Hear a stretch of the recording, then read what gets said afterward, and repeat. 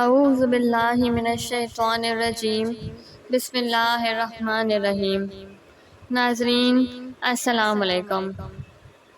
Video شروع کرنے سے پہلے میری آپ تمام لوگوں سے گزارش ہے کہ ایک مرتبہ محبت اور عقیدت کے ساتھ سرکار دو جہاں صلی اللہ تعالیٰ علیہ وآلہ وسلم کی ذات بابرکت پہ درود پاک کا تحفہ پیش کر دیجیے۔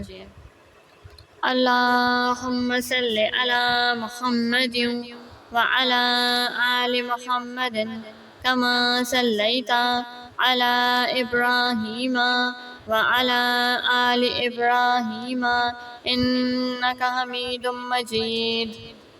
اللہم بارک علی محمد وعلی آل محمد کما بارکت علی ابراہیم وعلی آل ابراہیم انک حمید مجید۔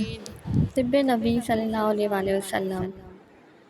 حضور اقدس صلی اللہ علیہ وآلہ وسلم نے ارشاد فرمایا کہ اے اللہ کے بندوں، تم لوگ دوائیں استعمال کرو، اس لیے کہ اللہ تعالیٰ نے ایک بیماری کے سوا تمام بیماریوں کے لیے دوا پیدا فرمائی ہے۔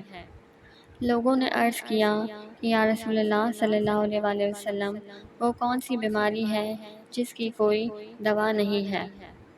آپ صلی اللہ علیہ وآلہ وسلم نے ارشاد فرمایا کہ وہ بڑھاپا ہے۔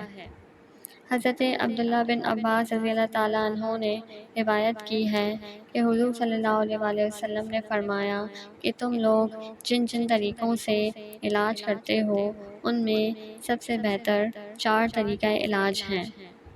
نمبر 1، ناک کے ذریعے دوا چڑھانا۔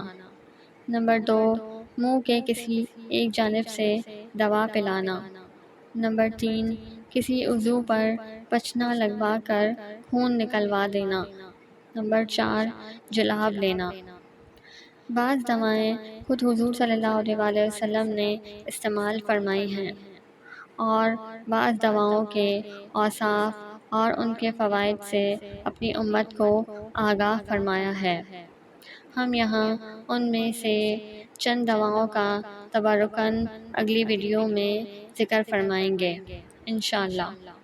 وآخر دعوانا ان الحمد للہ رب العالمین۔